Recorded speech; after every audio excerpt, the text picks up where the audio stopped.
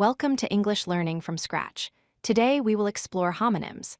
Homonyms are words that sound exactly the same when we speak them, but they have completely different meanings and are often spelled differently. Understanding homonyms helps us become better readers and listeners. In this lesson, we will focus on two important homonyms, the word bark and the word bat. Each of these words has two very different meanings that we need to learn. Let's start with the word bark. When we say bark, we might be talking about the sound a dog makes. A dog barks to communicate, to warn us, or to greet us. The bark is a sharp, loud sound, but bark has another meaning. The bark is also the protective outer covering of a tree. Tree bark protects the wood inside from damage and disease. So we have the same word with two completely different meanings. One comes from animals, and one comes from nature. When we see or hear the word bark in a sentence, how do we know which meaning is correct? We look at the context. If the sentence talks about a dog, then bark means the sound the dog makes. For example, the dog will bark at strangers clearly refers to the sound. But if the sentence talks about a tree, then bark means the tree covering. For example, rough bark covers the oak tree is about the protective layer of the tree. Learning to recognize context clues is very important for understanding homonyms. Now let's learn about the word bat. Like bark, the word bat also has two very different meanings. First, a bat is a living creature. Bats are mammals that fly at night. They use a special ability called echolocation to find food in the dark. Bats are actually very helpful animals. But bat has another meaning. A bat is also a piece of sports equipment.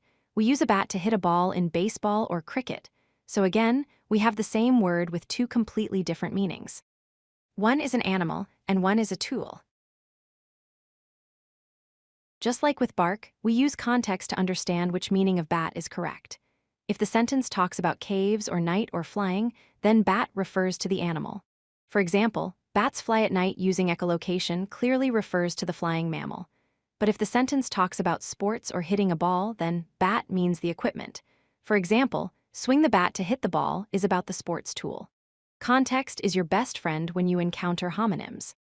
Pay attention to the words around the homonym to understand its meaning. Context clues are the other words in a sentence that help us understand the correct meaning of a homonym. For the word bark, the context words matter greatly. If you read "the dog began to bark at the mailman," the words dog and mailman tell us that bark means the sound. But if you read "we peeled off some tree bark to see the wood," the word tree and the phrase see the wood tell us that bark means the protective covering. Always look for these helper words in the sentence. The same rule applies to the word bat. Context clues help us choose the right meaning. If you read "the cave was filled with bats at night," the words cave and night tell us that bat means the animal. But if you read "he gripped the baseball bat tightly," the word baseball tells us that bat means the sports equipment. Learning to spot these context clues will help you understand homonyms in any sentence you encounter. Let's recap what we have learned today. We studied two important homonyms, bark and bat. The word bark can mean either the sound a dog makes or the protective covering of a tree.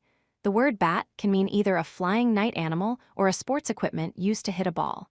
The key to understanding homonyms is to look for context clues. The other words in a sentence will guide you to the correct meaning. As you continue learning English, you will encounter more homonyms. Remember to use context clues, and you will always understand the right meaning. Thank you for learning with English Learning from Scratch. If you like this video, hit that like button and don't forget to subscribe. Visit codelucky.com for more such useful content.